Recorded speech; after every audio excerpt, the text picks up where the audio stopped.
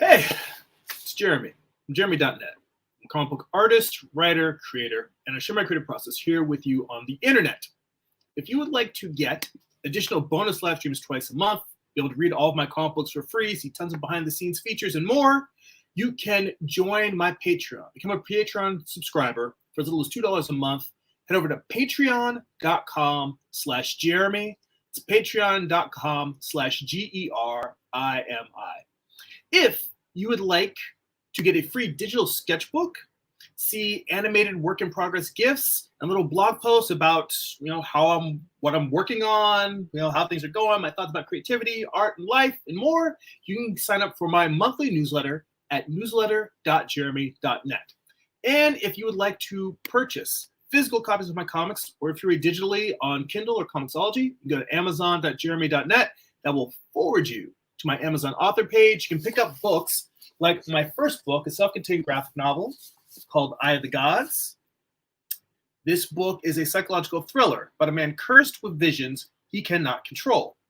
Or you can pick up volume 1 of my current series, Morning Star. It is Lucifer's Fall from Heaven, told as a Western.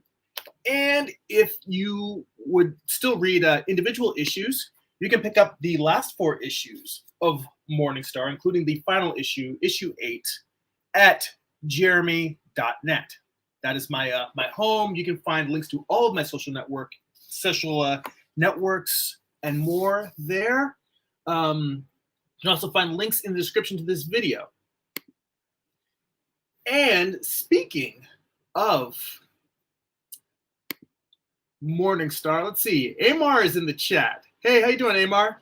You already got the grocery shopping out of the way, or that's for a little bit later? Let's see. I have some good news on the Morning Star front. I've finished assembling volume 2. So here's the front and back cover together, mocked up, and I am going to be dropping this on Patreon for Patreon subscribers and supporters to be able to read early PDF, give it a once over, give me some early feedback, and we'll see what everybody thinks. Maybe catch some typos before I send it off to the printer. So point being is that volume 2 is dropping soon. I've pretty much got the book laid out, and it's just sort of proofreading and refining now. So that's some great news. I'm very excited about that. I am thinking about you guys are gonna I am thinking about redrawing the cover, though. I'm happy with this cover. I like this cover.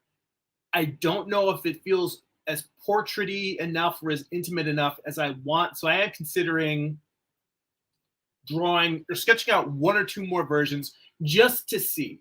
So it's 90% this is the cover. We'll do a few sketches, post a few polls, see what people think. But I'm mostly gonna go with this cover. So we will see.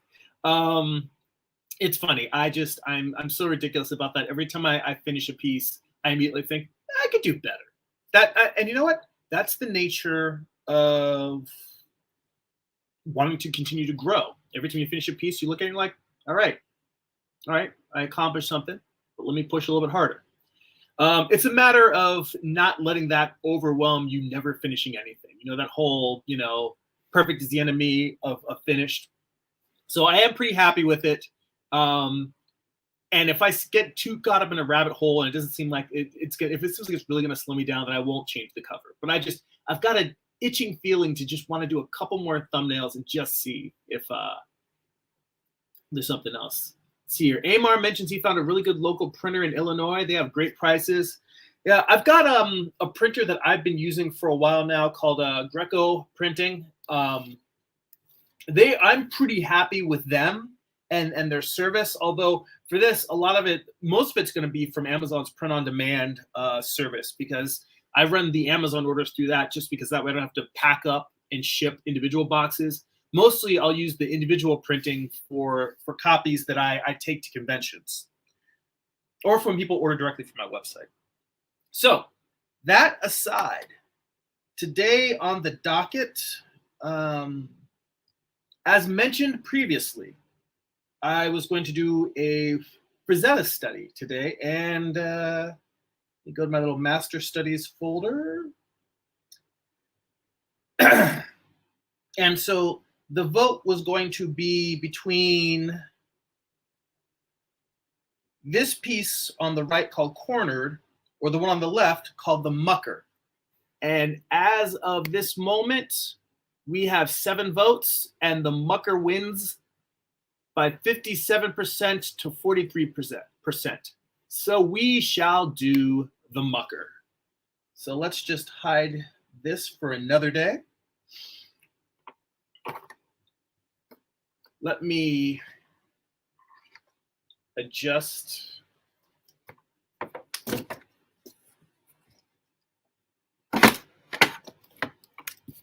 tablet here, get it at a nice comfortable drawing angle. Let's see here. Amar mentions the printer that he checked out. We'll give him a shout out here. He says they're called Mixam. He says I received their sample work yesterday.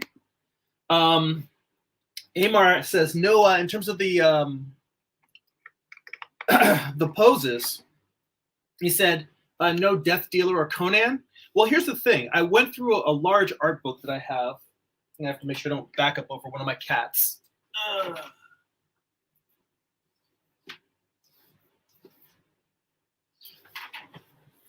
So I have this great book from Vanguard Publishing, The Fantastic Paintings of Frazetta.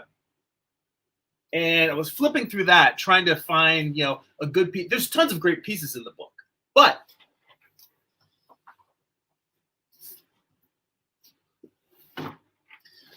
the reason why I did not go with a Conan piece is because I wanted a piece that had more than one figure in it.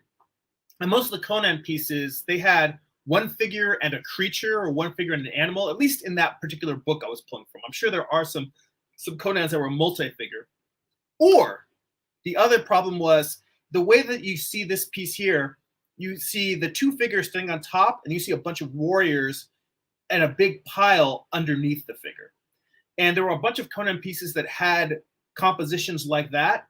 The problem was the figures were all overlapping in such a way that it was like a jumbled mass, and you really couldn't decipher what was going on with those other figures. And I felt like it would be challenging for me to do a study when the piece that I'm studying from, that alone is very complicated beyond not just what I can pull off, but also just in looking at it, you're like, that's kind of a complicated piece. You have to look at it for a minute to suss everything out.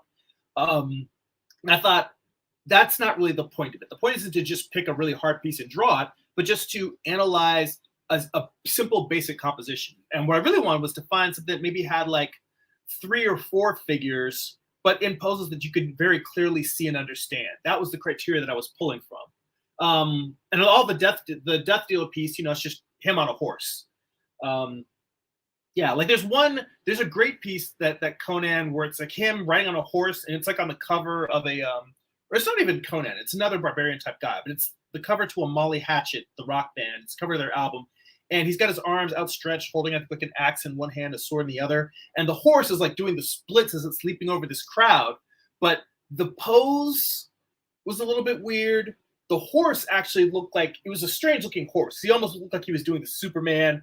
And then on top of that, the figures that were in the foreground were kind of really overlapping in kind of weird ways. And that piece was one where I considered it, but just for how weird the horse looked, I was like, oh, that's going to be a little hard for me to. I don't want to do a study off of a piece where the pose itself looks a little bit awkward in the piece I'm referencing. And that's not throwing shade on Frazetta. It's brilliant. The point is that he does this horse that looks ridiculous and he makes it look awesome. But the pose is kind of ridiculous. And that's kind of the thing. He's a master because he can do that. He can pull off something that like anyone else would just look weird. I know myself well enough to know that if I do a study from it, all I'm going to get is the weird part. I'm not going to get the cool Frazetta. I mean, I'm not going to get the cool Frazetta part anyway. But, like, for instance, I'm not even necessarily going to go. I don't know how far I'm going to get with this study because I'm really just going to study sort of the structure of the figure. And I might put some deeper lines on top of it. But this is going to be more of a compositional and structural study. And then depending on how far I get, I may flesh it out and do a little bit more. But it's mostly just me, studying the anatomy of Frazetta. In fact, I'm not even sure if I'm going to draw all of the guys standing on the bottom. I think I may just do Frazetta and the woman on top.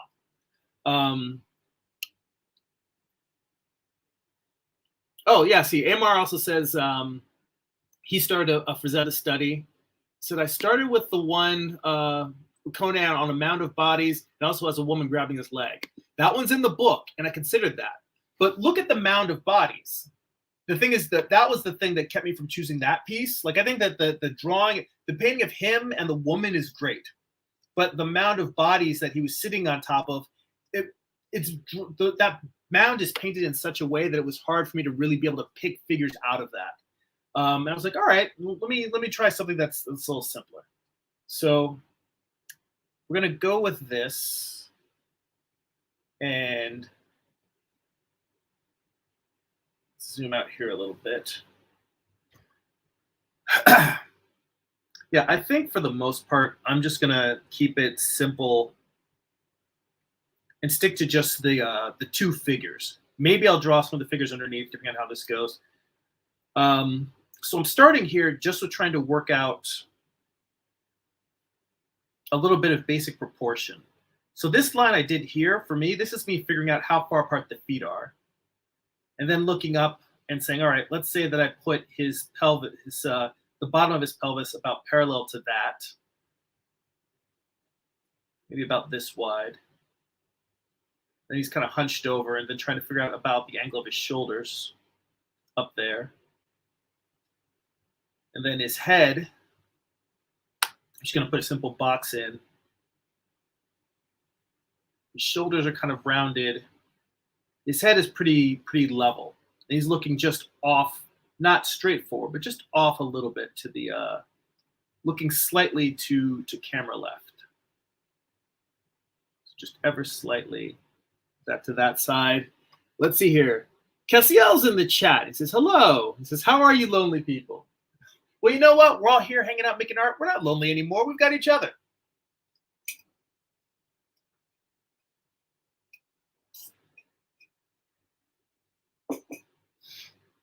You know, it's funny. Actually, I was thinking about that the other day, about why I live stream. So I was listening to a podcast where people were talking about promoting their work and how some people don't necessarily have the personality for live streaming or promoting their work. And some people just don't like, like putting themselves out there. And I think, like most of us, I'm pretty antisocial as well in terms of I like my own space. But what I really get out of doing this artwork together is what I get out of going to figure drawing classes, in that I'm one of those people who, you know, that feeling when you're at a party or you're in a crowded room full of people, but you still feel kind of alone. I've always been one of those people. Like, I am a perennial loner, not because I think it's cool, but just because no matter how many people I'm around, I tend to feel alone. But when I'm in a classroom with other artists and we're all kind of united in that that same creative struggle, we're all trying to learn from the model and improve our craft. And even though like people are all at different skill levels, we're all pursuing that same thing. We're all trying to level up. There's something about that aspect of art education and studying that makes me feel like I'm home. Like, I'm not a particularly religious person, but that feels kind of like my church, being among a group of artists studying and working on our craft. And to a certain degree, when I'm live streaming, I'm here and I'm drawing, and yeah, I'm kind of by myself, which is my default state. But when I'm hanging out with you guys and we're talking about how to get better, and even when you guys ask questions, I'm not the be-all end-all. I always tell you I am still a lifelong student, and I'm always trying to learn and improve at every level. The fundamentals, there's so many aspects of art making that I still have yet to master.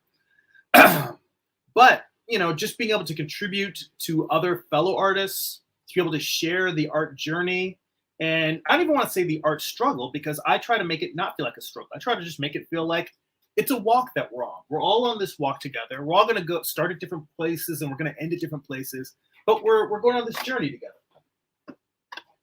Kicking my shoes off. That's how into it I am. But yeah, I was just thinking about that in response to the thing I was listening to about artists not necessarily feeling like, like they have to be online or have to be out sharing their work. And I was thinking about the fact that, why do I do that if I myself proclaim to be an introvert and a loner as well? And I think that that's really it, is that I may be a loner, but when I'm talking to fellow artists, I don't feel alone. It's probably the only time. So let's see here. Amar says Church of Everyday Artists. Hey, we'll file for whatever the tax exempt. That would actually be an interesting idea. Church for artists. Let's see here.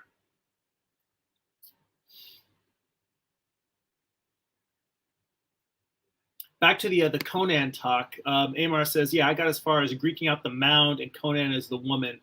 Yeah, that mound of figures was the thing that I found challenging for that piece. But he says, and what we were talking about there, he says, I think everyone has the personality to do live streaming, but not everyone is an entertainer. He said, yeah, so some stream and some stream and entertain. See, that's a very good point. I definitely don't view myself as entertainment. I view myself almost more as yes, the Church of Artists, the 501c3. We might be onto something there. But yeah, I definitely don't think of myself as an entertainer. Like when you look at somebody like, say, Ross Draws or the Hundreds, people who very much are putting on a show for their audience. And I think that that's great. I don't diss on people that are entertaining their audience. I just know that for me, my main thing, it's hard enough for me to just make a drawing that doesn't suck. So when I'm thinking about all of this, I'm usually just thinking about just trying to keep making art and getting better and sharing what I'm thinking about as I'm doing it with you guys. The idea of putting on a show on top of that, I'm just like, nah, I don't have it. If I did, I would, because I think that the people who can entertain while sharing their process, I think that they build an audience faster. And I think building an audience is where's my screen? It's weird. On my end, my screen looks like it's getting darker. I think my iPad is reacting to my hand being over the light sensor. Not much I can do about that. Oh, actually, no, there's totally something I can do about that. Brighten this up a little bit, not a ton.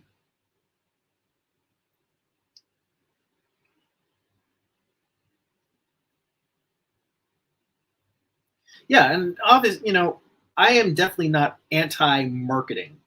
I think that if I were a better marketer, I would just take as much advantage of it as I could, and the more money I could make, the more time I could spend just making my own art or making whatever I want. I'm definitely not against that. I just think that it's something that it's not a skill that comes inherent to me.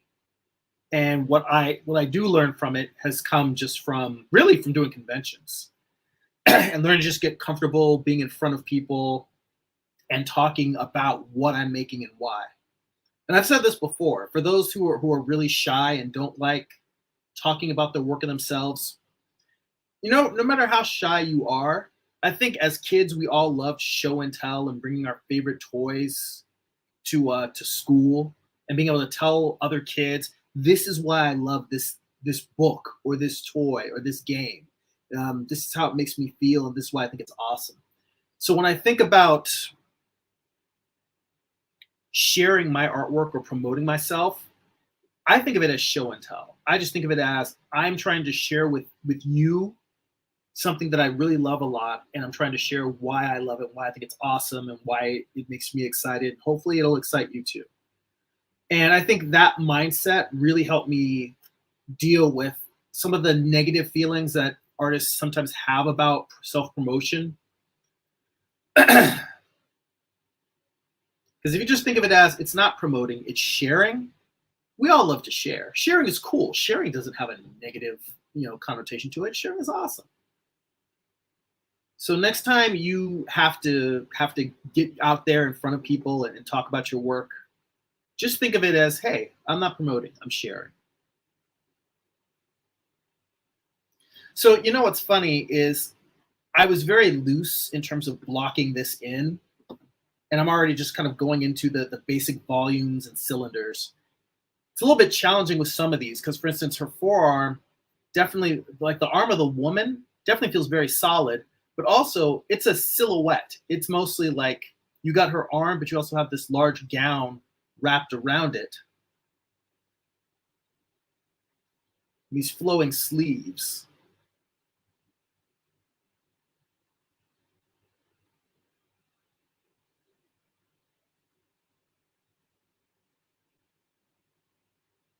Let's see here. A lot of stuff going on in the chat. Let me scroll back up. Let's see here.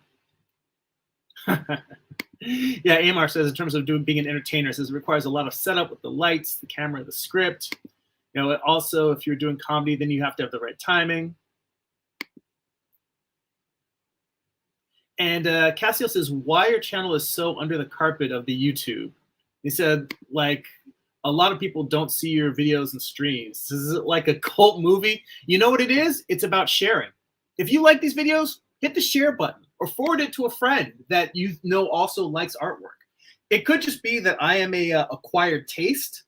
It could just simply be that maybe people don't watch my videos all the way to the end for the most part, and YouTube prioritizes that because they're making ad revenue off of the stuff that people sit and watch all the way through.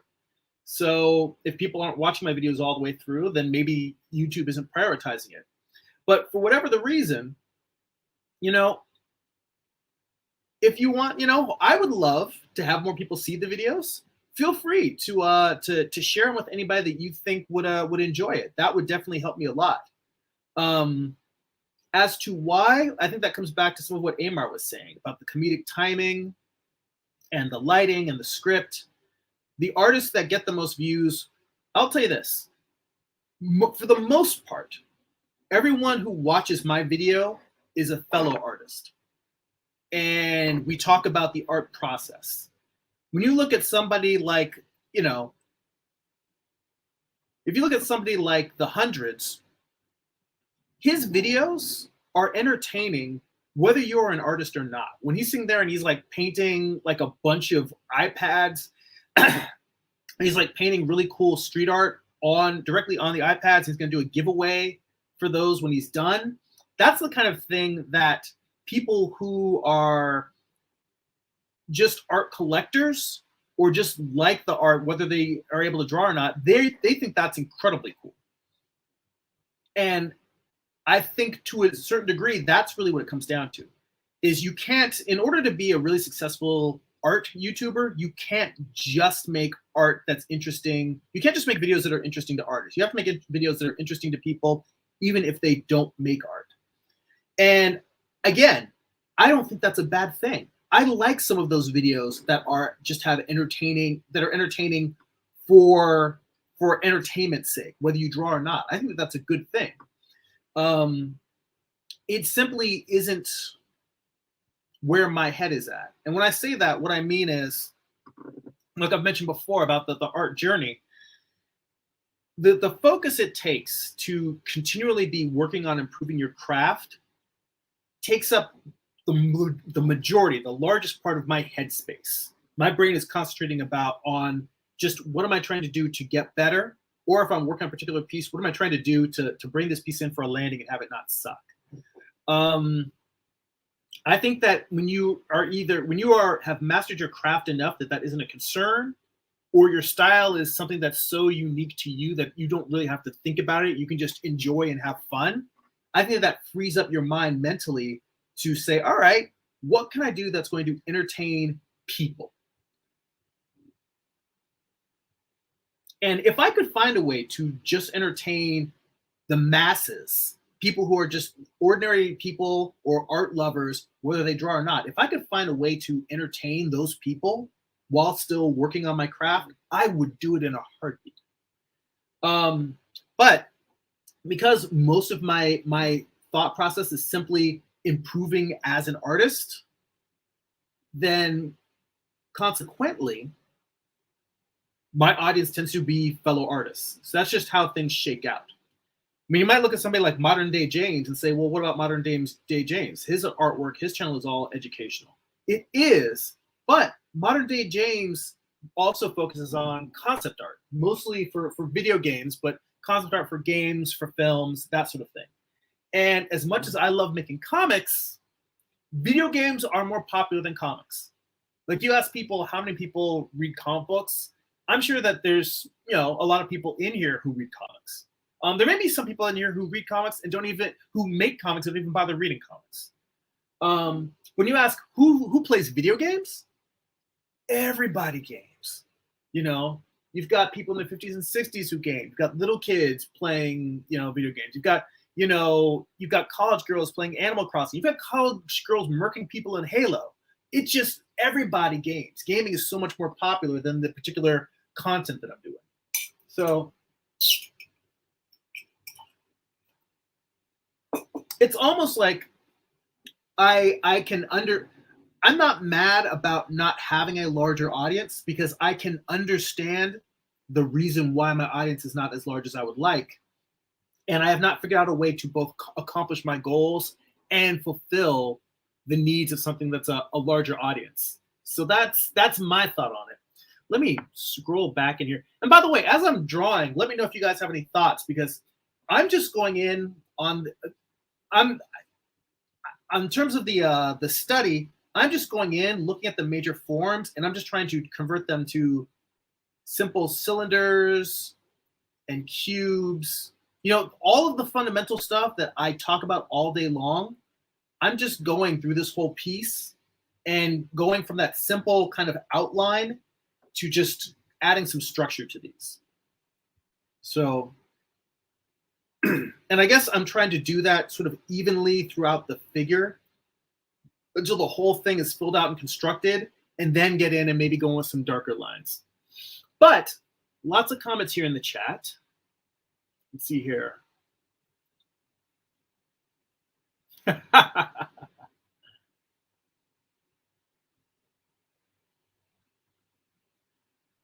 Let's see here. Yeah, Amar says, I thought about to do an artist podcast and look at an artist roundtable with Sock Puppet as a host. And he said, I don't mind running my mouth or playing in front of the camera, but there has to be more of a purpose.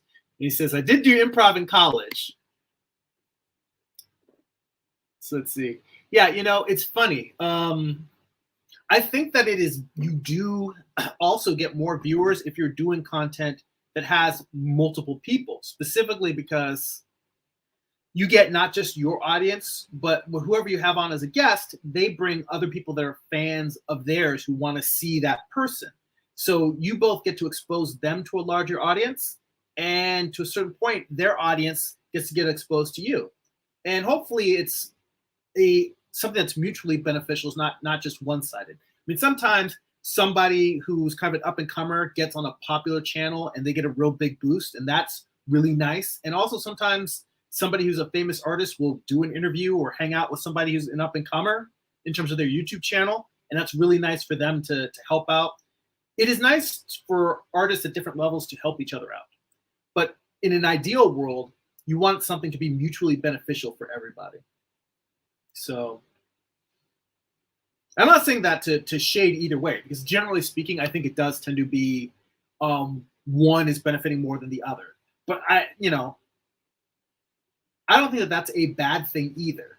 It's more of, if I had somebody super famous, like let's say Bill Sienkiewicz came on my live stream to hang out and chat and just shoot the shit. That would be nuts, right? I don't know what I could do to help him or to make or to pay him back for that kindness, but I would like to think that I could do something. Let me this way. that's a situation where there's nothing I could do that could compare to the way that it would help me. But in my heart of hearts, I would want to give something back to him, both because he's doing something incredibly kind for me and helping me out, and also because he's one of my favorite artists. You know, so if there's any, that's the kind of thing that I think about is when someone does me a kindness, I think for most people, the instinct is to reciprocate. That's actually something that's mentioned in Dale Carnegie's How to Win Friends and Influence People, which, if you've never read that book, that is a great book. I mean, if you're somebody who's going to be selling your work to people in person or even online, if you're going to be dealing with people, which, in this world, we all deal with people, it's a great book to read. And the book is mostly just common sense, but it's common sense framed around human behavior. And it's almost like a guidebook to just, here's how to treat people better. That's really what it is. When he says how to win friends and influence people, the real answer is don't be a dick. That's it. If you want the short version and you don't want to read the book at all, the answer is don't be a dick. But one of the deeper things it says is just, be nice to people, help people when you can. And it's good to help people and it makes you feel better. But also when you help people, by nature, they tend to want to help other people back. I guess the whole Bill Sienkiewicz thing was the fact that I would be frustrated that I wouldn't be able to do anything to really help him because he's amazing and does not need my help. There's not much that I could do that would benefit him. But I would so much want to. But that's what I said. It's like I would want to help him because he's my favorite artist. If it was just something like, hey, I'm doing a Kickstarter, can I promote it? Like, hell yeah, you can promote it. But he doesn't need my help to promote a Kickstarter. He doesn't need my help for anything. But I would want to. And that's kind of the way I feel like anybody I would want to help, like anybody that I looked up to.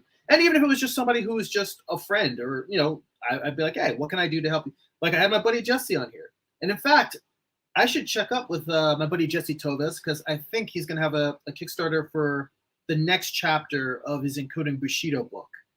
And I don't know when that's going to be coming out, but we'll see if we can get Jesse back on here for another episode. Now, let's scroll back into the chat and see what's going on in the comments. A lot of comments about comedy and the algorithm.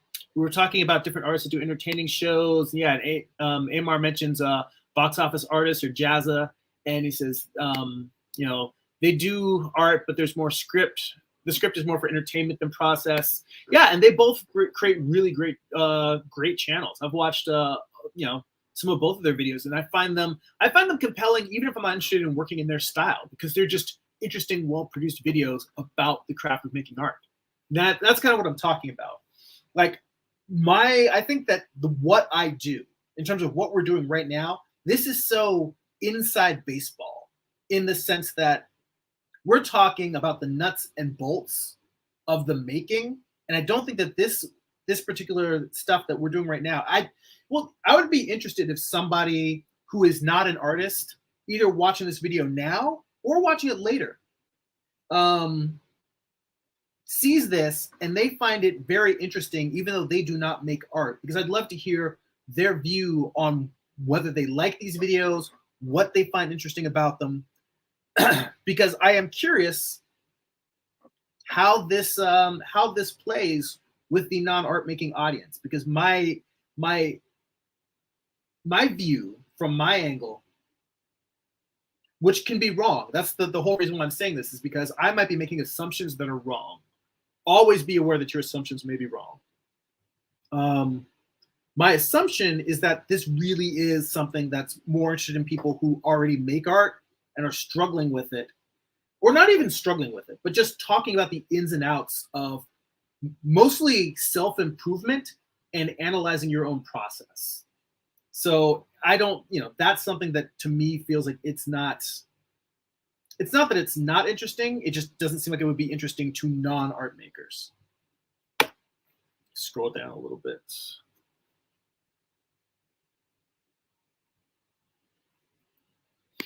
See here, Cassiel says, yeah, YouTube is getting more politically correct. It loses a lot of liberty of creation. Like if you say some curse words or show explosions, that people used to make with low video editing. And then Amar says, when you work full time, it's harder to put all your time into putting on a show. You know, I will tell you one thing that I've been meaning to do for ages. I have a green screen. I bought a green screen that sits on the back of my chair like 6 months ago. I just haven't set it up, and I don't know why. And it's not that having a green screen is going to make this channel super entertaining, super cool, but the idea of having something behind me that's a better piece of artwork, that has a cool piece of artwork, maybe an animated background, just raising the production values a little bit. Having that, maybe a couple of extra lights, you know, just to make it look a little bit better. And I don't know why I haven't set it up. I think it's because, again, I get so caught up in the nuts and bolts of let's just make art that I'm not worried about making the little thumbnail avatar of me over in the corner here. I'm not worried about making this little picture look cool, or when I'm full screen making that look cool. I'm just focused on, you know, we're focused on what's going on here on the page of the tablet. But now that the reason why I'm talking about it is by talking about it in public, it's going to put me on blast. It's going to put me on noticed. So that way, if a month from now you're like, hey, didn't you say you had a green screen? How come you haven't used that thing? If people start saying, dude, put up the green screen, then eventually I'm going to break it out and put it on and run it on a live stream and start using it. And then we can start having fun with it, and I can put different images in the background, or hell, maybe I might start doing a guest image or something. Like someone sends me a piece, and each week I'll put maybe a couple of different pieces in the background behind me animating or something. I don't know. All sorts of thoughts. I'm just making up stuff. Point is that I do think about these entertainment things, but like Amar said, when you're working full time, the time that you have to make art is limited. When I'm doing it, I just get focused. I try to laser focus on just getting the work done. Oh, and speaking of live streaming, something I forgot to mention at the top of the show. I'm going to mention it now, and I'll try to remember to mention it at the end. But this week is an art book study group week. So as I've mentioned to you guys before, we do the study group where we sit down, we draw from the best art books around, and working from Walt Reed's The Figure. This week, we're making the change. We used to have it on Monday nights. This week is going to be the first week that it's going to be Wednesday. So it's going to be Wednesday, looking at my calendar while I'm talking slowly to buy time, Wednesday the 6th. This week is going to be the first week that we're switching to Wednesdays because I have a figure drawing class. It's going to be on Monday nights now. So I'm going to send out a notice to all the Patreon subscribers, a reminder. I usually send a reminder at the start of the week. And this week, I'm going to be reminding everyone that's going to be at a new night. So if you guys are Patreon subscribers, be sure to tune in for that or catch the replay. If you guys are not subscribers on Patreon yet, for as little as $2 a month, you'll get that bonus live stream. And unlike these streams where we usually go for an hour, hour and a half, those are like almost 3-hour live streams, sometimes longer. So it's much longer, and it's more educational focused, not in terms of tutorials, but in terms of me actually breaking down art books. So it's great for autodidacts, because autodidact means someone who teaches oneself, because I show you my process of me sitting down with an art book and just analyzing and dissecting it. So that's something I'll try to remember to bring up at the end. Let's see here. Hey, CJ King's in the chat. Sorry I missed you. I was on a rant there. Thanks for dropping in, man. Good to see you. It's all good. We're having a good time. Let's see here. Lots of conversation about the platform and its rules.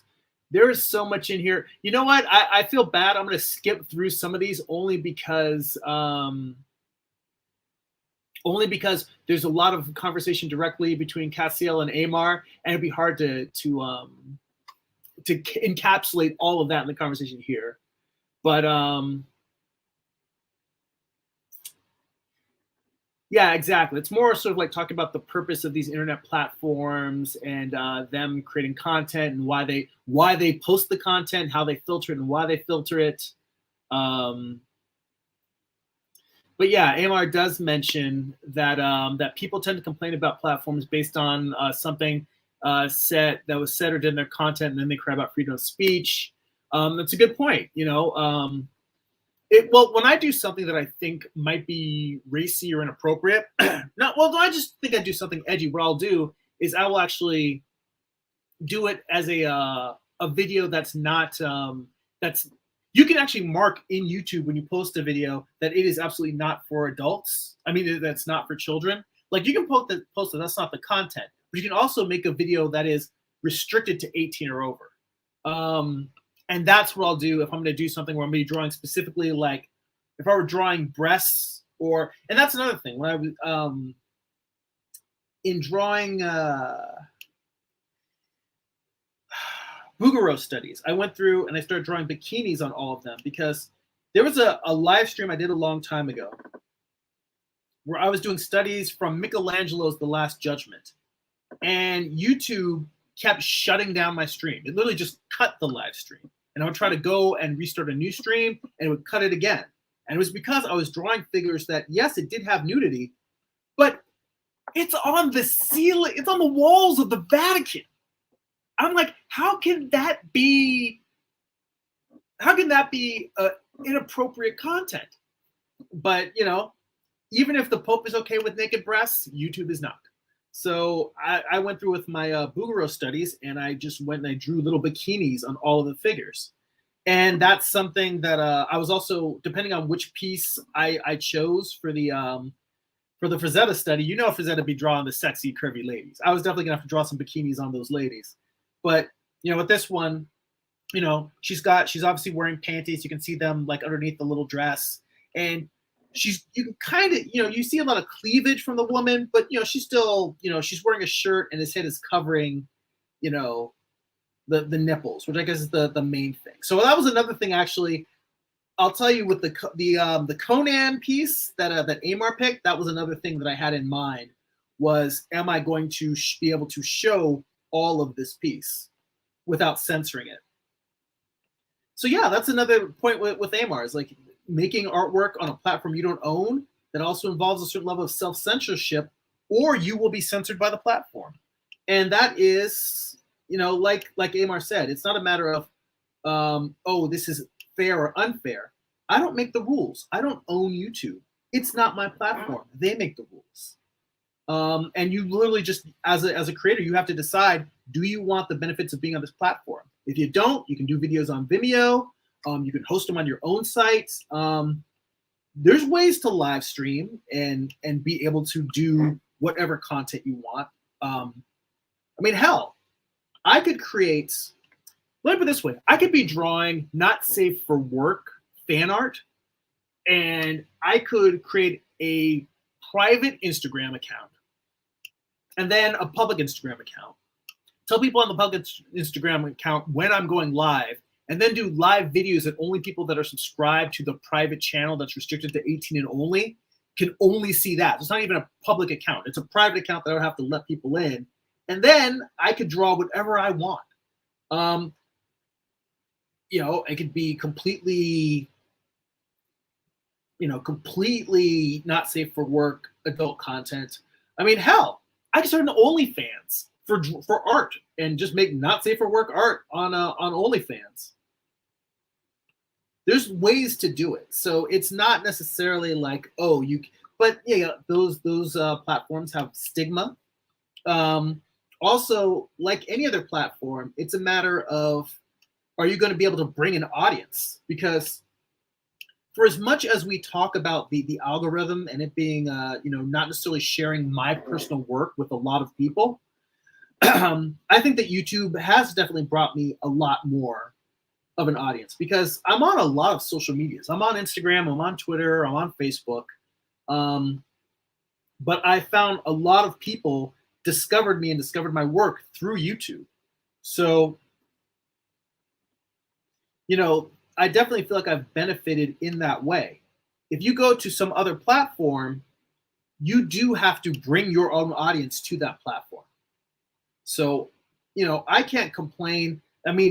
If my audience is not, the way I look at it is I try to not complain. I just look at the things that I can control. If my audience isn't as big as I'd like it, then my whole thing is, all right, I either need to change my content to make it more appealing, or I need to make peace with with the audience that I do have.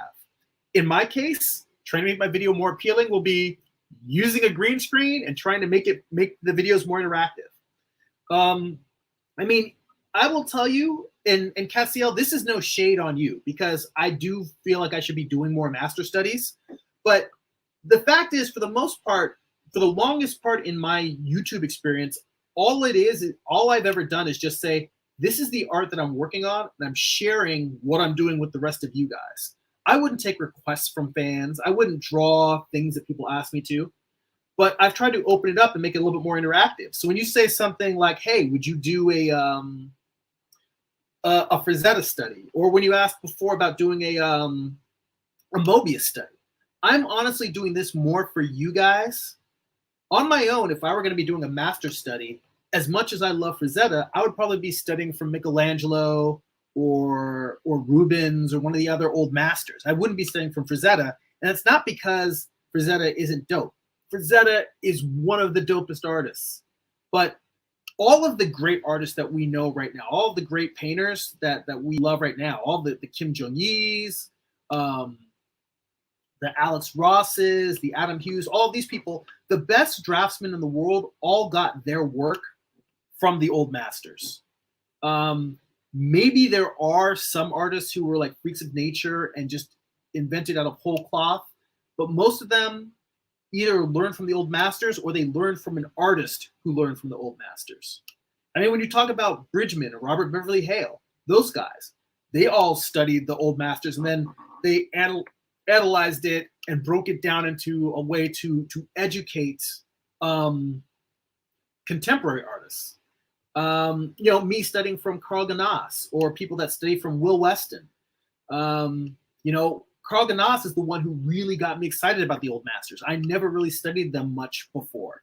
So I have him to thank for putting me on that journey. I mean, I have him to thank for so many things, but he's made it very clear, if you want to know how to be really, really draw and paint, understand light and volume and composition, he said, go study the old masters. And I had been a student of his for many years before I really started taking that seriously. So just my point in that is that if I were going to be studying just for me with nobody watching, I wouldn't be doing a Frazetta study. So this study that I'm doing right now, this is me doing work specifically, you know, to try and grow my audience. Because also Frazetta is somebody who people do searches for. Frazetta is popular. Some of my popular videos on my channel are about writing comics and about positivity and not beating yourself up. But the other pop videos I have that are really popular, they are about either Bridgman or Andrew Loomis. So people that are searching for art topics that are popular, you know, they're not searching for me. They're searching for Loomis or Bridgman, and they happen to find my video, and they found that, oh, this is a good analysis of Bridgman or Loomis. In fact, I think Negro Frazetta once told me that I think he said he found my channel because he was looking up Bridgman videos, and I had done a lot of Bridgman studies. If he shows up or leaves a comment, he can correct me, but I'm pretty sure that he told me that once. Yeah, and so that's people who aren't even coming to my channel looking for work about making comics. Which, you know, that originally was my main thing, was just the comic making. But I realized at a certain point, if I'm sharing what is going on in my mind and my life creatively, a big part of that is the educational aspect, me trying to improve and grow and learn.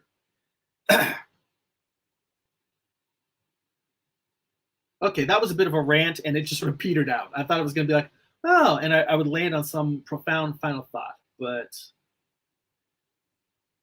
I guess the main thought is to a certain degree, even now, I am trying to please the algorithm with this piece that we're doing right now. So when I claim that I'm not doing it, I'm still doing it a little bit. And to reiterate, it's not that me not doing it is out of a disdain. I think it's a good thing. I think anything any creative can do to help share their work with more people and to be more creatively and financially successful is a positive. I support that.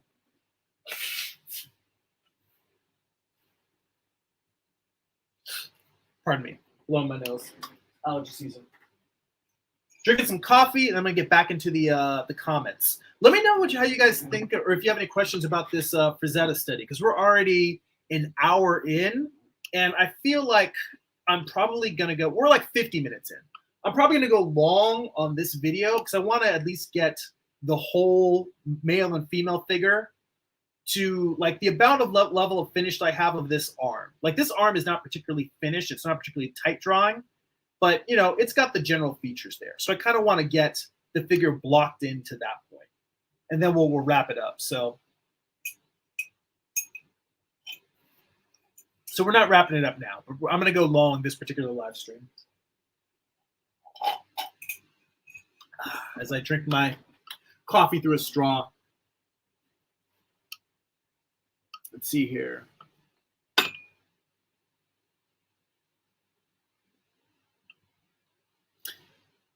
See, Cassiel says, I see a species of horror story in a comment in a video of distorted music of the Beatles. I see this comment once and it's gone. I don't know if it was a YouTube creator or the video commenter. Neither do I. But I mean, you know, shit gets deleted. Let's see here. I have really so many comments. So many comments. You know what? I actually really love the fact there's so many comments in here. I can't keep up with it because it means you guys are having interesting conversations in the chat. Just, you know, even separate from what I'm drawing and doing here. So that's actually really cool. That's the kind of thing that I like to see. You know, because it makes me feel like I said before, having you guys here and doing it. What I get out of it is that I'm not alone while I'm making it. When I see that it's evolving into a community on its own, with you guys talking to each other, I don't know. For some reason, it gives me like a warm, fuzzy feeling. Let's hear. Amar says, even if you create your own platform, the government does have criteria for content you have to fall into, especially with content geared towards large audiences that include a variant of ages. That's true. YouTube is susceptible to the FCC. So, you know, they've got laws about content. I don't know how broadcast standards work exactly in terms of comparison to YouTube versus broadcast television, but I'm sure, you know, they are regulated by the FCC. Well, you know what? I'm not sure. I do need to check that, but it seems likely that they are. Let's see here.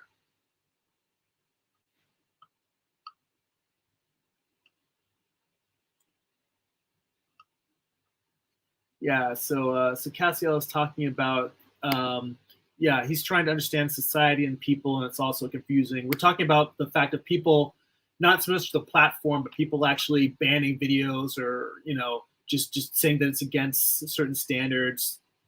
It's not the platform that is necessarily saying why stuff should or should not be on there or not. Let's see here. Amar says, when you create content, you have to be a responsible creator. Not everyone is an adult or will act like an adult. See, he says they have free reign to say and do what they want. This is interesting. And Asiel says, now we're making a big debate in this live. And he said, I like this talk, polemic themes to discuss, debate about them. You know, and that's the thing. I think a debate that is, because it feels like an intelligent civil exchange of ideas. It's not people yelling at each other in the chat. I think that's an interesting thing to talk about and discuss in terms of, like I said, I censor my own work to a certain degree. I definitely draw, in my own personal work, I will have a lot of nude figures or sexually charged content. And I definitely feel like I pull back on that on YouTube for that specific reason. It's the platform. I mean, live it this way. If you do a sexy thumbnail of a woman in a bikini, that will definitely get you some views. And I'm not against that either. But the problem is if you just draw a nude figure, you will probably get a content strike. Unless you specifically have that video marked as for adults only or 18 and over. And also, YouTube does not really particularly like those videos because that means it's a smaller audience that they can serve videos ads to. It's a smaller audience that they can make money off of. So I get that. They're in this. This isn't a charity for them. They're trying to get paid. I ain't mad at them. See, this is the weird thing is I'm drawing super small with those fingers, but I like the fact that you can see how he's got the fingers digging in at different angles. Like there's the middle finger is kind of parallel to the index finger, but the ring finger is kind of digging into the thigh a little bit more.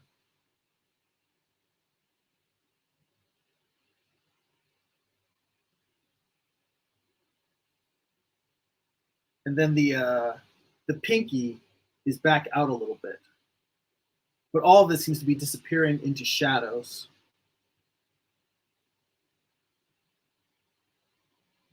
And the real trick I'm trying to get here is the sense of this wrist. I'm drawing a simple shape in here. I'm trying to get this wrist to feel like it is the cap on a cylinder. Because I don't want it to feel like it's just floating in space, because it does disappear into darkness. But again, this is the mastery of Frazetta, is that he's giving you that sense of this turning and flowing backwards. And I've got the anatomy's gotten a little too messy here. I gotta erase some of this. The point being is that what he has done is he's giving you a subtle turn. In fact, I shouldn't even do that with one line going out. I should do it with a series of lines like this. Like it's turning, and then this form is going back, and it's foreshortened. And that's the thing that's really hard to convey, for me anyway. When I look at it, I can see very clearly what Frazetta is doing, but me being able to duplicate that is very challenging. But part of that is also because I'm working very linearly. And when he's working with tone, he can give you that sense, that rounding of these forms, the rounding of these forms, and the way that the shading gives you that sense of these forms turning. That the shading is what makes this feel like it's foreshortened. Because what I'm doing right here, watch, I'm going to come in and zoom in on this arm. I'm going to put some grids in here, some cross axes. Now, see, these lines make you feel like, oh, this is foreshortened now, simply because, oh, I put in a bunch of concentric circles coming forward, and that's showing you the direction that that thing is going in space. Believe it or not, the shading that Frazetta put in there, the shading creates that effect. Like if you were to take these, in fact, I'm going to take the blur tool and kind of smudge them.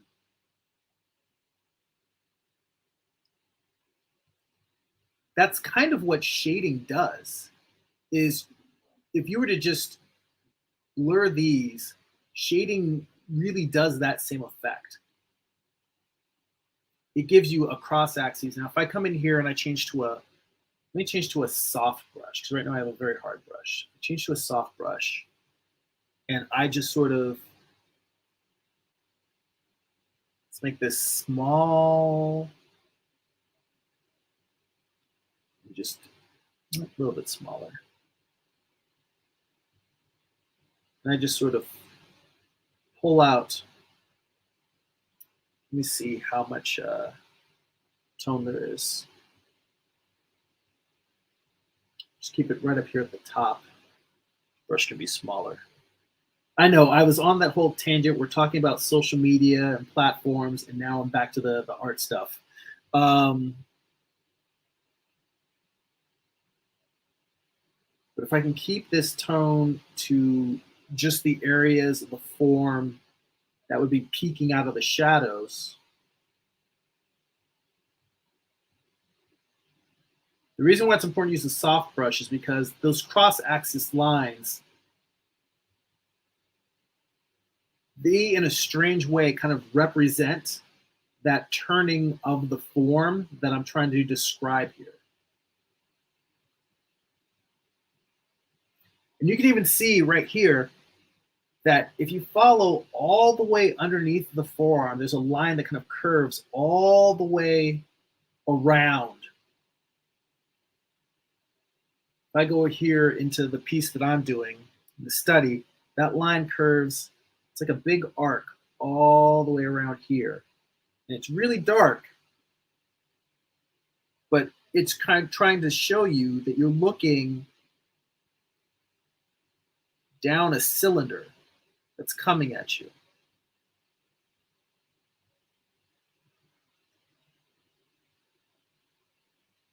And this is why Frazetta is a badass. Because he can convey this with very, very simple tones.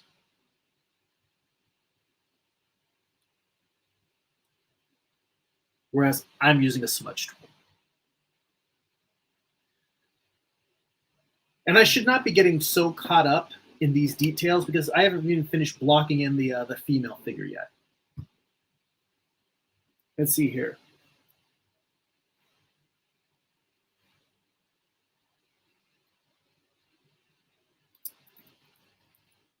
A lot of talking. Let's see here.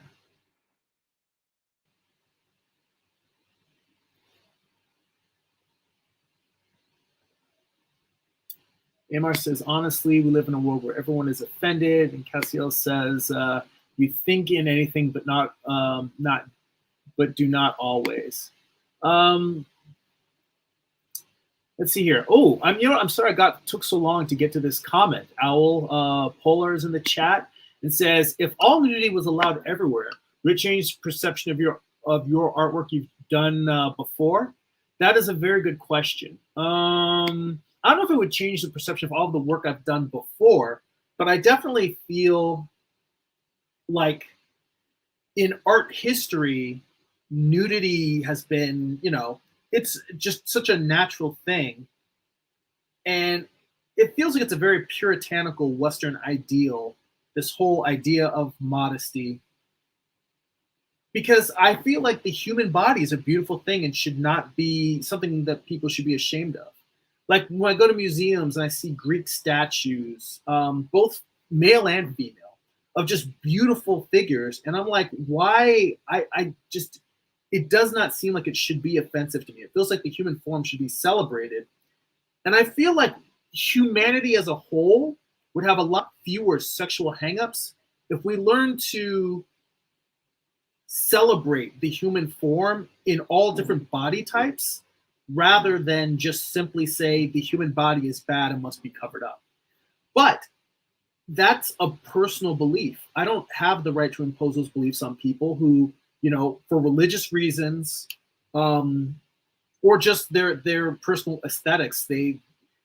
While I don't think that being embarrassed about the human form is healthy, I don't have the right to make that decision for other people about what they should or should not feel comfortable with. All I can do is try to make work that hopefully does celebrate the human form, and that I can encourage people to be open to those ideas. I think it changes it in the sense that, yeah, I do think there was a time where I was fine about putting nudity in all of my pieces, and I would gladly do it.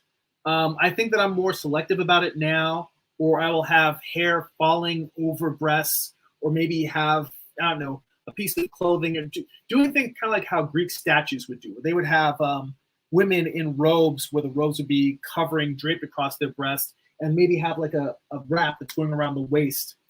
And it, honestly, I've self-censored to a certain degree.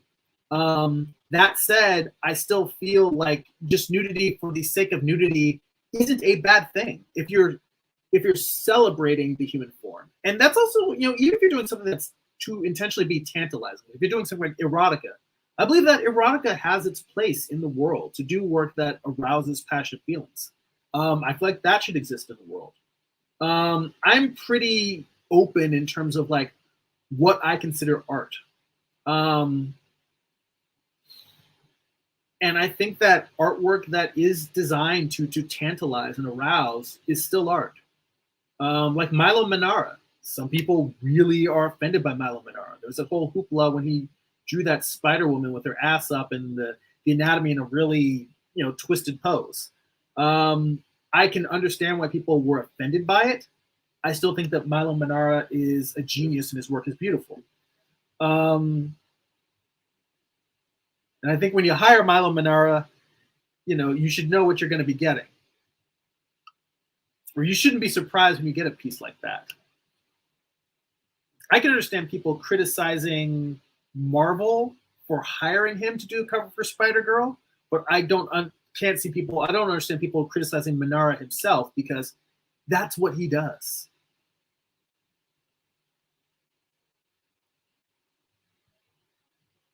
And then you have somebody like Frank Cho, who I also love, who he looks at it like he's kind of a fight the power guy. He's got more of a punk rock feel. Like when you tell him that his work is offensive and objectifying women, he's like, oh, you think I'm objectifying women? I'm going to double down. I like Frank Cho's work, but I also don't have my personality is not the type that if I find that I've done something that offends somebody, I apologize. My goal is not to offend people. And if I offend somebody with something that's sexual, I would want to engage them in a dialogue about, all right, well, how do you think human sexuality should be represented in art? Because I definitely think there's room that human sexuality should exist in artwork. But if the representation I have put forward is offensive, then let's discuss what is and isn't offensive. Let's see if we can find something that you feel is respectful but still sexually charged. And I will say that discussion is something that has affected my artwork a lot more. Like I've had artwork where I've had women at my convention come by and look at it, and they want to sit and talk about why I chose the imagery that I did, because they say it's definitely different. That's the thing, when someone says this is different, and they're like, well, wait, I don't mean bad. That's the thing. When you know that you've thrown people off their game, but you're coming from something that's you're not coming from a necessarily objectifying place. Or, I've got one of my favorite pieces is actually a piece that's about objectification, but it's about me kind of questioning my role in it and the viewer's role in it. I think that artwork that asks questions is a positive thing, as opposed to artwork that just is for the sake of being. But my point is that I am, much like we're having a conversation about it, I'm interested in having a discourse and discussing things with people versus just banning things.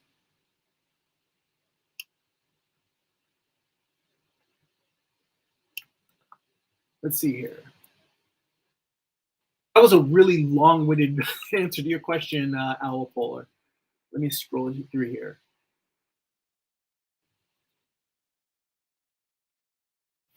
I like this little part here. I just have to throw this up just because Cassiel says, I'd like to discuss this with you. You have good points in this. And then Amar replies, I am the same person online as I am in real life. Because they've been having a very interesting conversation. Feel free later on in the live stream, if you go back to scroll through the chats, because now there's so much in there that I can't capture it all, but it's a really great, interesting conversation about platforms and self-censorship and why we create and why platforms create work, and why platforms exist. Let's see here.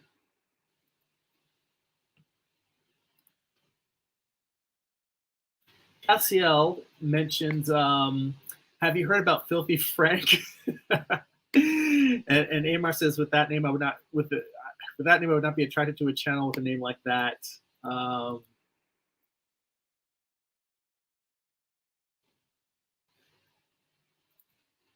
Let's see here.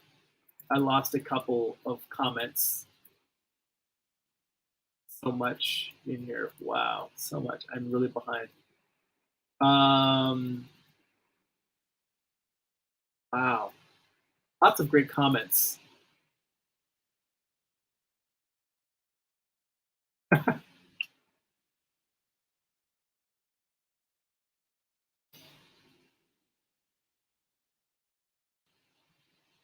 Oh yeah, Cassiel was saying that Filthy Frank made comedy videos, but he does music now because he got tired of that. And Amar also says, if you want positive content related to your interests, that should be the content you should look at. So try not to overthink about things that don't benefit your life. Cassiel says, you talk like a philosopher or psychologist. And Amar says, that's from Asian experience. I'm also an artist. Neymar says, I'm glad I started my soup early. It's almost done. That's because my ass is long-winded. I'm still not done with this Frazetta piece. I'm going to try and get caught up with some of these comments here and then try and power hard to the end and wrap this piece up. I'm going to skip a few more comments. Let's see here. Amar does say, I would like to know how long his paintings took. Says, I'm sure it was not a long time because the style is very loose. You know what's funny is the book I have has a lot of has a couple of essays in there, and I sat down and I took a lesson from my own advice. I sat down with the book, didn't read anything. I just flipped through and looked at every page because I have a lot of art books that I still haven't even opened yet, and so I sat down with the Frazetta book and just looked through the book. There's a lot of text in there, and I'm sure they talk more about his process in there. So I'm gonna have to go back and read that. And Cassiel says, you can feel the anatomy in this painting. Yeah, you can very clearly see it. That's one of the things. Frazetta, zoom in here, you can very clearly see like the muscle anatomy, the biceps, the deltoids, the rippling. You see the different layers of the pecs, that it's not just one layer of muscle, but that's divided into different lobes. You can very clearly see the anatomy of the thighs. It's a great piece. I mean, it's Frazetta. What would you expect? Yeah, Amar says Bridgman's drawings are more blocky. Bridgman's about construction, the use of forms to build the figure. And Amar says, I would say Frazetta did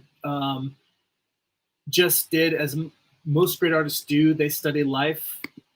Yeah, well, it's funny. There's that whole story, and Negro Frazetta mentions it a lot, that that at some point Frazetta got a copy of Constructive Anatomy, Bridgman's book, and just copied the whole book like in one day.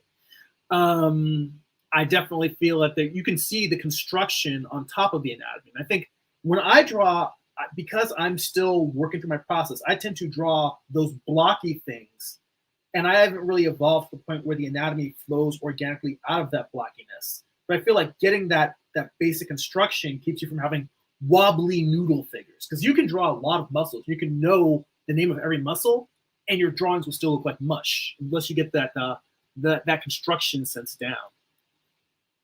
Amar says you don't need to study Bridgman to learn this. He says you can learn this from life and life drawing. I completely agree. Bridgman helps, but if, like I said, you don't need to join the art book study group, but I will highly, highly, highly recommend Walt Reed's The Figure. This book has let me flip just to go big for a second. This book has been the book that we've been studying in the art book study group, and more than Bridgman, more than Andrew Loomis, this book has become like my new favorite in terms of fundamentals, understanding the basic volumes of the figure and how anatomy flows out of those basic volumes. This book has become like a real Bible to me. I really love this, and I highly recommend that to you, Cassiel, and to anyone who's trying to improve their basic fundamental drawing.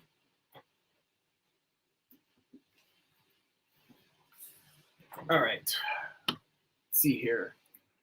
By the way, I saw Trevor was in the chat, but I didn't have a chance because I had to scroll back up and see his comments. But both Trevor and Negro Frazetta, good to see you guys. Thanks for popping in.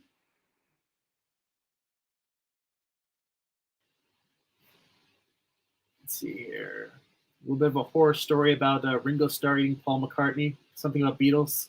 Let's see here.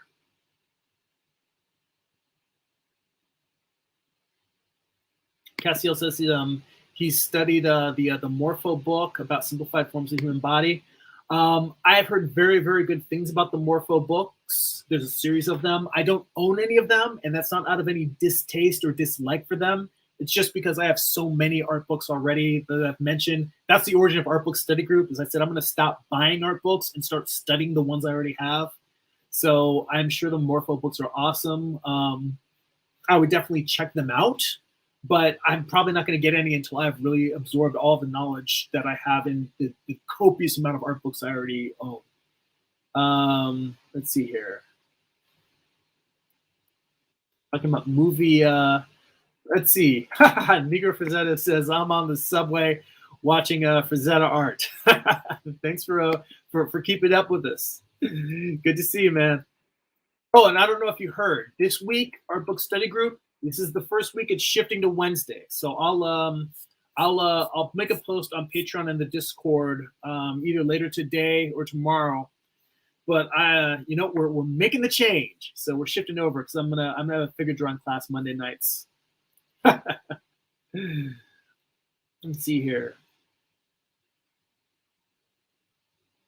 Cassio, let's get some more comments in here. Amar says, have you started developing that story using the platform or method it will be delivered in? I'm not sure if that is. Oh, that's Cassiel. That's a comment in terms of Cassiel mentioned he started writing a surrealistic story. We talked about the different mediums. Let's see here. Trevor came in with a comment where it says, oh yeah, says there's a difference between being offensive and being offended. Erotica is not necessarily being offensive. Plenty of puritanical mavens will be offended. Truth. Yeah, I mean, that's the thing. Even if you're intentionally a provocateur, if you're somebody who makes provocative artwork, if we're talking about what people have rights to, and people talk about freedom of speech doesn't mean you have freedom to do whatever you want on someone else's platform. But when we talk about freedom of speech, you have the right. You have the right not only to say whatever you want, you have the right to be highly offensive, to be intentionally offensive. But that also means that the people who hear your message have the right to be offended. So, and that comes back to what Amar's conversation about being responsible. What being responsible means is also, if you want to be offensive, you have that right. But it just means acknowledging that in that choice, you're acknowledging that there's going to be consequences. And it's your right to live up to them. Now, if you're being intentionally offensive because you're trying to push people's boundaries back and to prove a point, then go and prove that point and try to push the boundaries and try to show people the different points of view you want to expose them to. I look at it more, I come from more of a middle ground of I would like to widen people's tastes. And I would like to start with what people find is tasteful, and then say, all right, what do you find distasteful? And then say, how can I move them out of their comfort zone? And that isn't necessarily to make them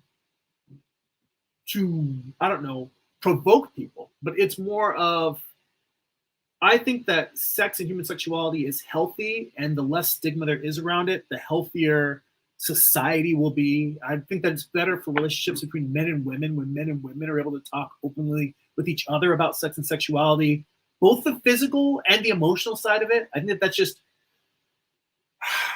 I think that the West is very emotionally constipated.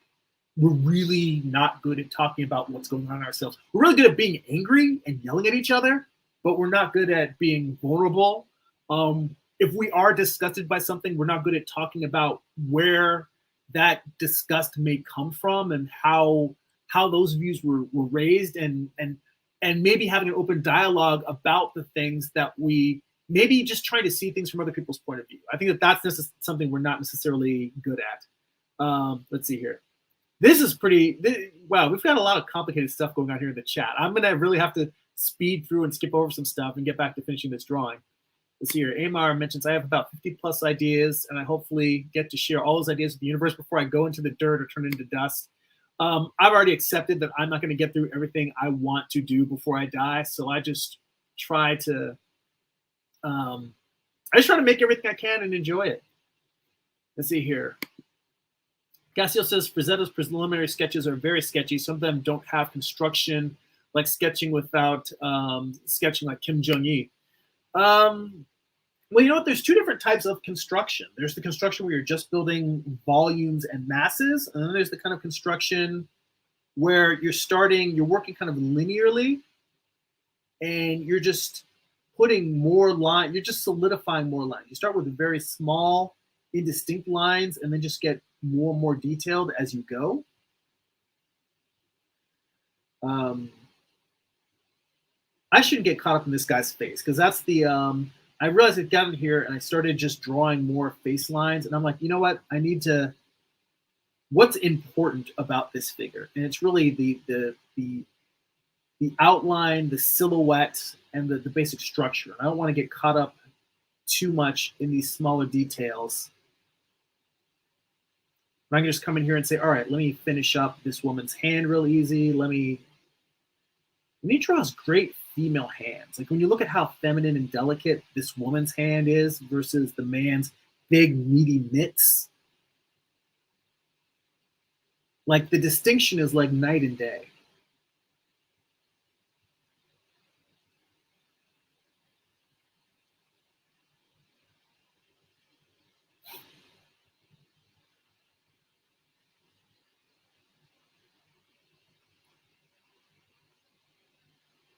Yeah, they come in here.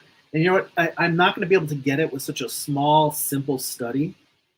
But the fact, one of the beautiful details in this piece I love is the way the woman's ear is poking out from her hair. Like it's just little subtle things like that.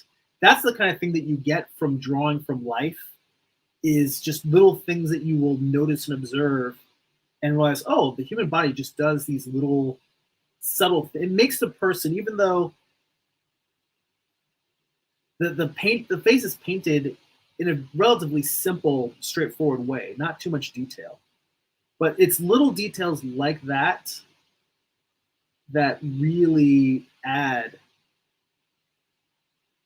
a sense of humanity to it. I'm not going to get any much more into the face because if I really do, faces are challenging to draw. They're challenging to draw well.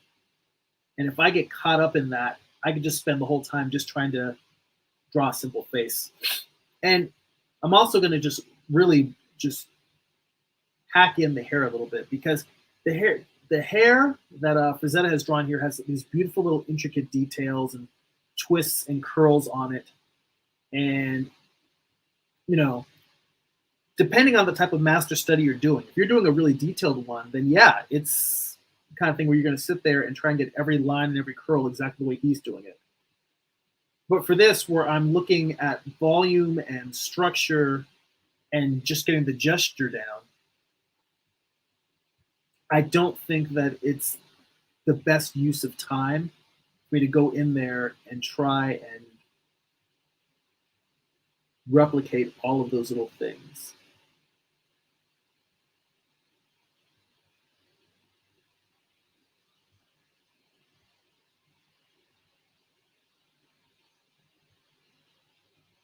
I'm just trying to get some of the defining the deltoid a little bit more.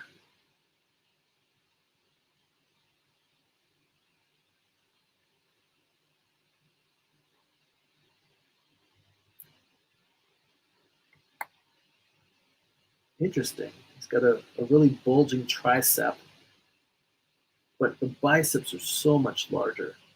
And this is an interesting thing. Generally speaking, when you see people, you see them with bulging biceps, but you don't necessarily see the triceps. Well, I think in real life, yeah, people who work out their biceps also work out their triceps, and usually but you tend to see people rendering the bicep with not the same level, or they're not running the tricep at the same level of force and strength as the bicep. Of course, also the arm is slightly bending forward. It's because I don't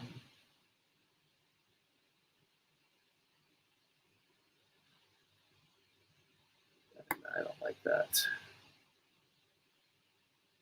because it's pulling the forearm forward. It's a little bit more finished.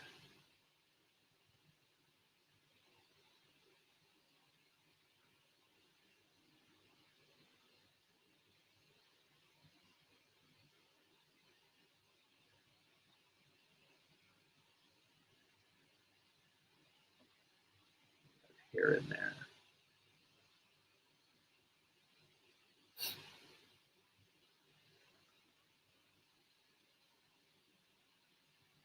make this brush a little bit larger.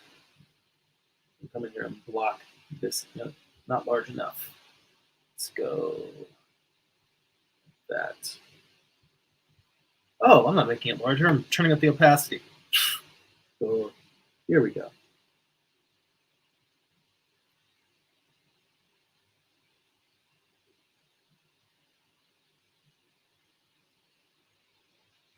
Let me come back here. So many comments. Let's see here. Amar says that's in terms of Frazetta sketching without sketching. He says Amar says that's why, yeah, that's why I draw with a ballpoint pen instead of pencil, because I hate to erase. I don't know. I love to erase. I use the eraser as a drawing tool. I'll put a lot of stuff down, and then I will pull things out of it. It's kind of a weird, not necessarily weird, but it's a process some people use where they draw something and pull stuff out. Let's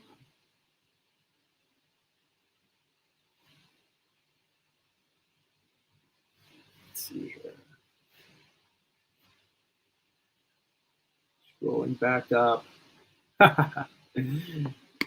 Trevor says, I always say freedom of speech is only for offensive speech. Otherwise, it's irrelevant. Good point. Very good point.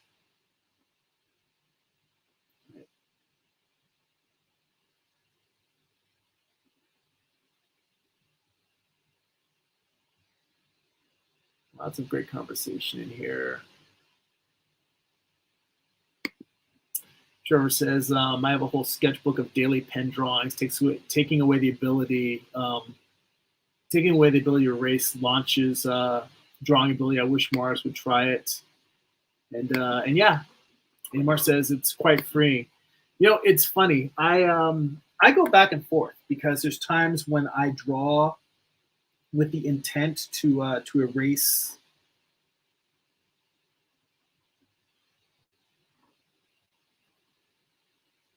I'll use pencil, and I almost treat it more like kind of sculpting, but adding and removing. And then there's times, for me, I look at it more like it's a time and place thing. It depends on the piece, whether I want to draw in ink versus drawing in pencil.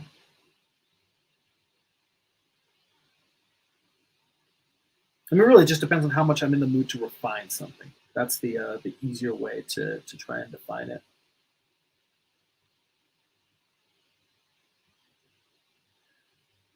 So Cassiel, you were the one who recommended doing a Frazetta study. Do you feel like you've learned something by watching me do this, or is there a question you were hoping would be answered by watching me draw a Frazetta study? Because I'm winding down with this. Like at this point, I'm just going to block in the rest of the shadow shapes. But I am curious if this was in some way elucidating for you, or useful or interesting. Because for me, it doesn't really matter. It does matter the artist that I'm studying from. But the point is for me to try and understand the volumes, the gesture, and the composition. That's usually what I'm looking for. Although in this case, I'm not even drawing the full composition because I'm just drawing the two figures on top, not the whole thing.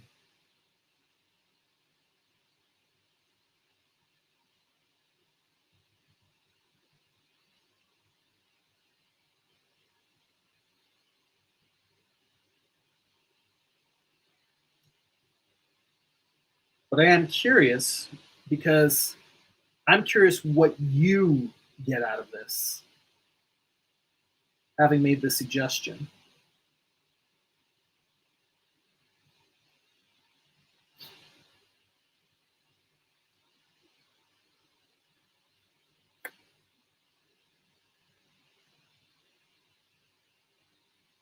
This really is a beautiful piece, the Frazetta piece. My piece, like, I was pretty happy with it early on.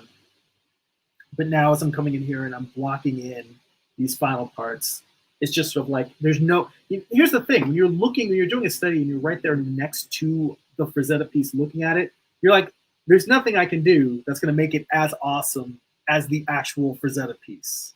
So it's all just a matter of, I guess, me looking for learning moments within the piece, rather than me saying, "Oh, I've made this great thing." I mean, that's the whole point in doing a study, is that I'm not even the one making the thing. It's Frazetta's piece, and I'm trying to glean knowledge out of his piece.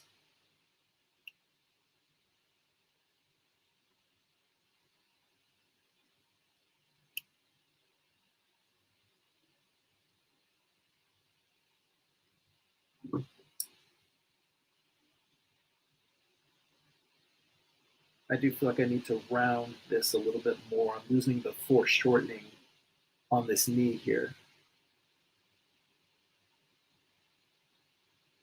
And this is a case where what it really needs is a nice soft touch, as opposed to me using that the hard brush that I'm using.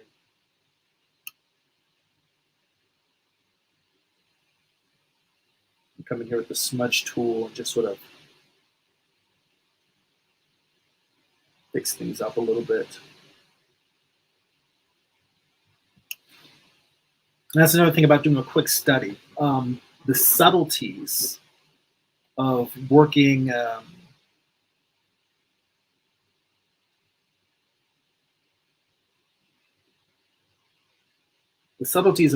quickly versus all of the detailed work that that Frazetta is putting in here. It's really hard to capture.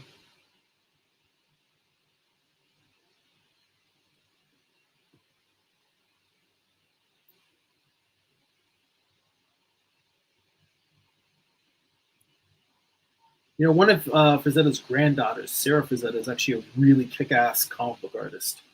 I've seen some of her work online. I think I might be following her on Instagram. It's glad to see that someone is carrying on in the family tradition.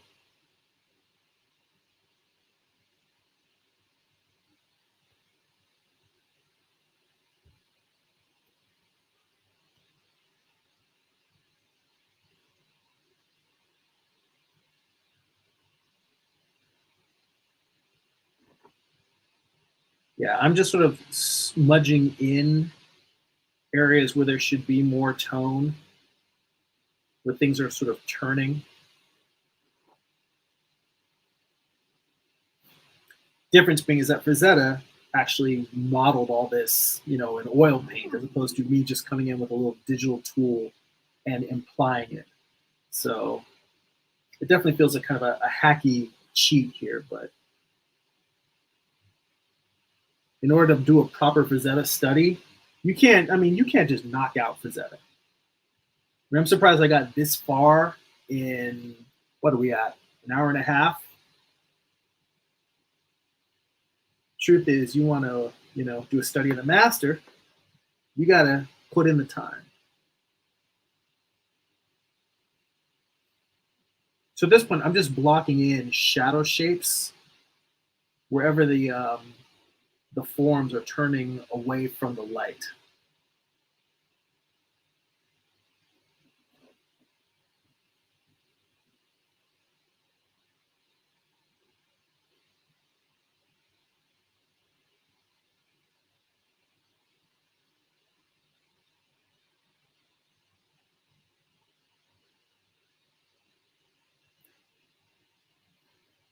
Let's see here.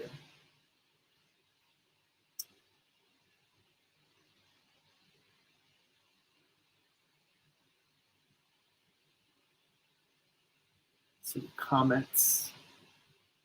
Comments. There was a comment. Amar mentioned changes, and Cassiel asked, and he said, so he just put a question mark, and Amar was like, David Bowie. And he's like, oh, I heard about him. He's a musician.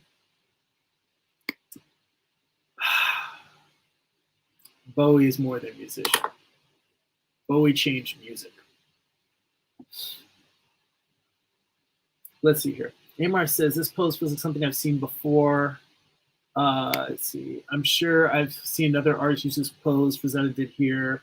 I can see this pose using Hulk or Thor, then holding any woman or character you want to use here. Well, I mean, a lot of artists will swipe poses from each other. I will tell you that one thing I'm noticing right here. I'm just going to go in here and just erase this face. He should be facing more towards the viewer. I've got him facing a little bit too much off to the side.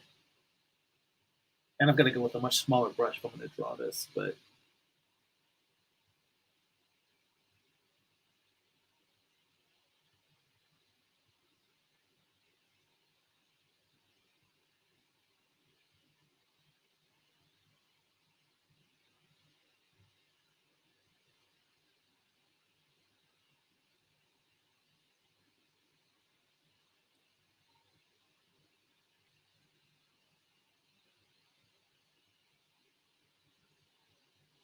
it's not a very great face. That's why I'm taking a class on heads, hands, and feet.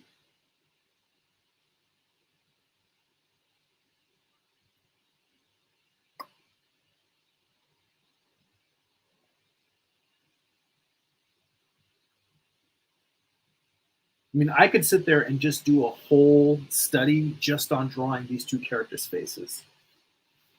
His face is way too squished.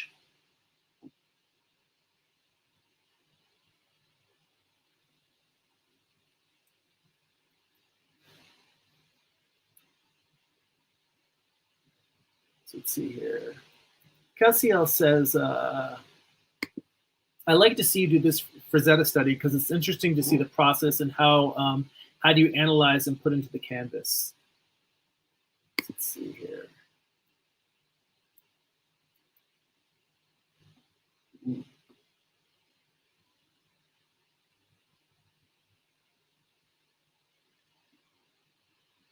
Yeah, back to the pose being somewhere. Amar says they did that a lot in the 90s and other periods as well. One artist made his whole career stealing poses. I'll tell you, honestly, I think that it's poor form to steal from contemporary living artists. When you look at the old masters, whole careers were made by not just now, but even back then.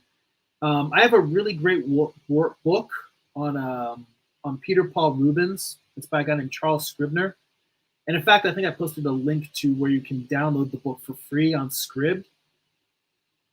Point being is that I read the text of the book, not just looking at the artwork. And the text, it discusses all of the journeys that Rubens made over his career and how he would just study his favorite artists and he would do copies of his favorite artists' pieces. And then what he would do is, it wasn't like, let me this way. This is Frazetta's piece. He made this. He made this character.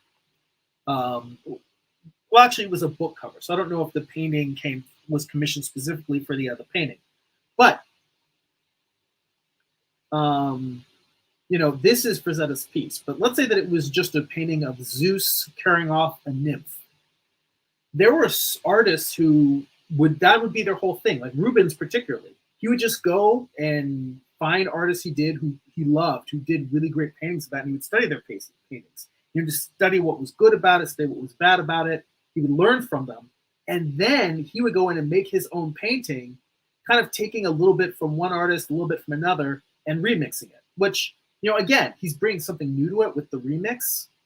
But they would show in this art book that I had, they would show his paintings side by side with the people that he was influenced by. You can see where he was just, where he was jacking their shit.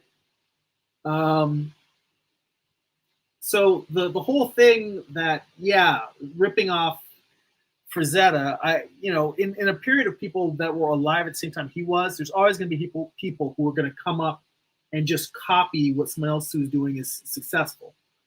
But the idea of studying people historically and learning from them, I mean, that's something that when I look at Rubens, I'm like, that's how he got to be as good as he is by studying the best around and really learning from them. So I take all this up with a grain of salt.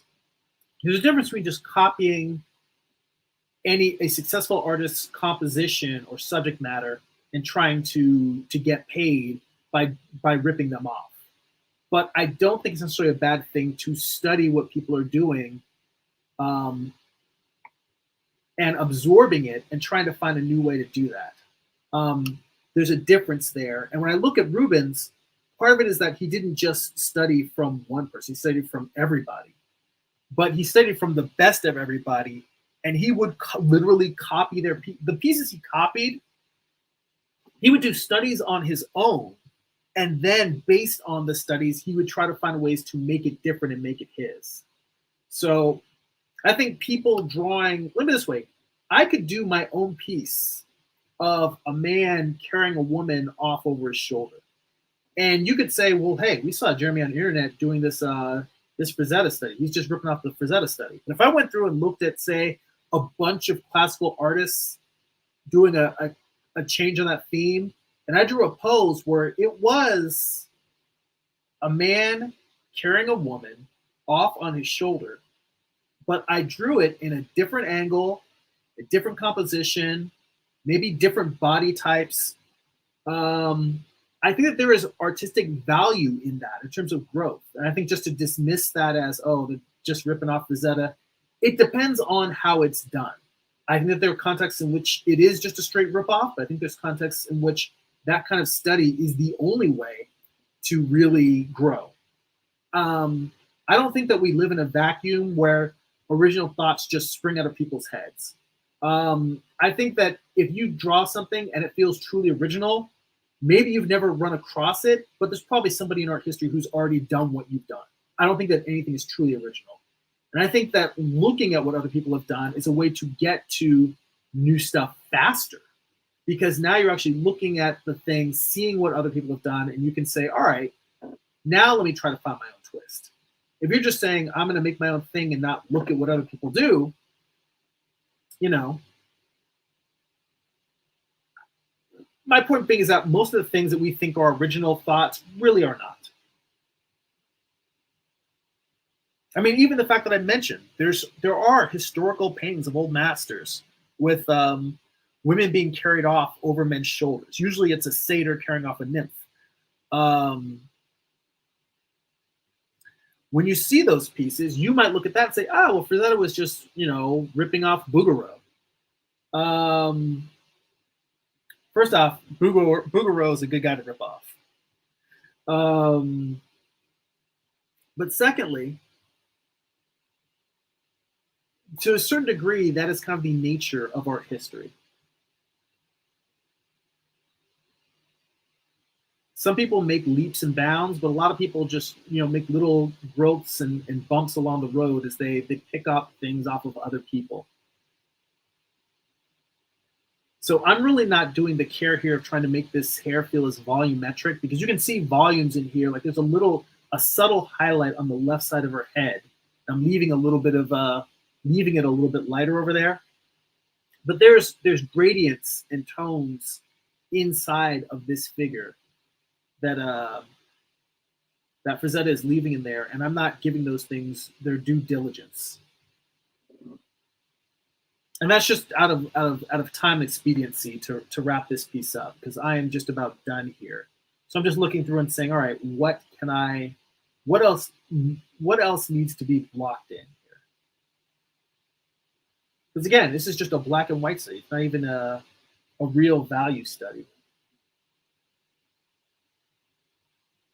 I mean, it's just a value study and a compositional study. It's not really me going in here and, some people might do a master study and come in here and digitally, they might jump straight to color. If you're an artist who's really good with color, you might come in here and paint a color study of this. Put down a yellow-orange ground and then just start painting the piece into it and paint all the flesh tones. You can do a study on this in a variety of ways. You can do a study just of flesh tones. You can do a study of the colors. You can do a study of just the faces. There's a lot in this piece to study from. And to be honest, I'm going to hold on to these. At some point, I think I might come back and redraw just the faces.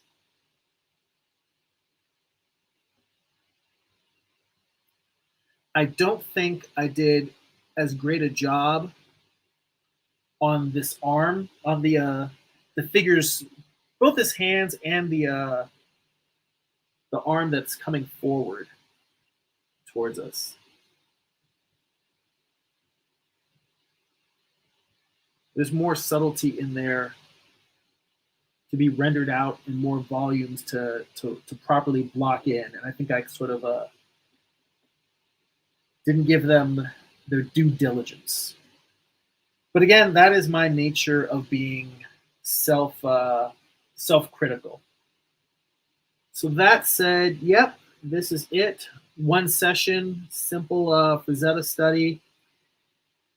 I definitely think that I botched that face. His actual head is bigger than I drew it. I'm going to erase this mark, but really his head should be like up about here.